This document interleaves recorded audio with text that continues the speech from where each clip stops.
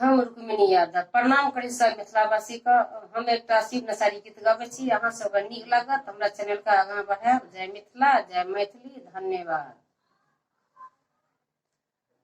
हमर कामर लाल गुलाबी बाबा अंगना में, हमर कामर लाल गुलाबी बाबा अंगना में, बाबा अंगना में हसन भोला अंगना में, बाबा अंगना में हवन भोला अंगना में, हमर कामर लाल गुलाबी बाबा अंगना में, हमर कामर लाल गुलाबी बाबा अंगना में। जकरो आंगन में जल भरलिए से हो देलक गगरिया, जकरो आंगन जल भरलिए से हो देलक गगरिया। सब कमरिया नारा लगावे बाबा बजावे ताली,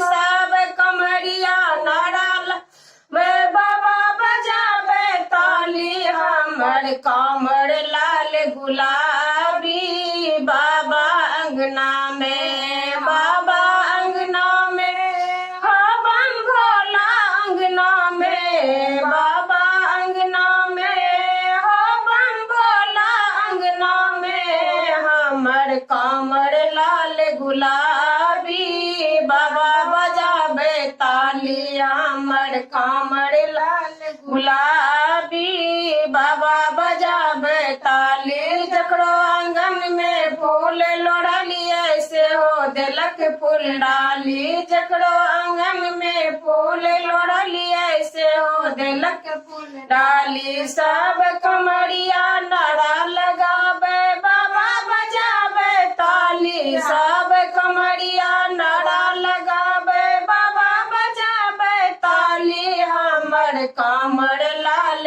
गुलाबी बाबा अंगना में, जकरो आंगन में चंदन घिसलिए से हो देलक सिलबट्टा, जकरो आंगन में चंदन घिसलिए से हो देलक कटोरी। सब कमरिया नारा लगावे बाबा बजावे ताली। हमर कामर लाल गुलाबी बाबा अंगना में, हमर कामर लाल गुलाबी बाबा अंगना में, बाबा अंगना में हसन भोला अंगना में, बाबा अंगना में हवन भोला अंगना में, हमर कामर लाल गुलाबी बाबा अंगना में। जकरो आंगन में पिसलिए से हो देलक सिलबट्टा,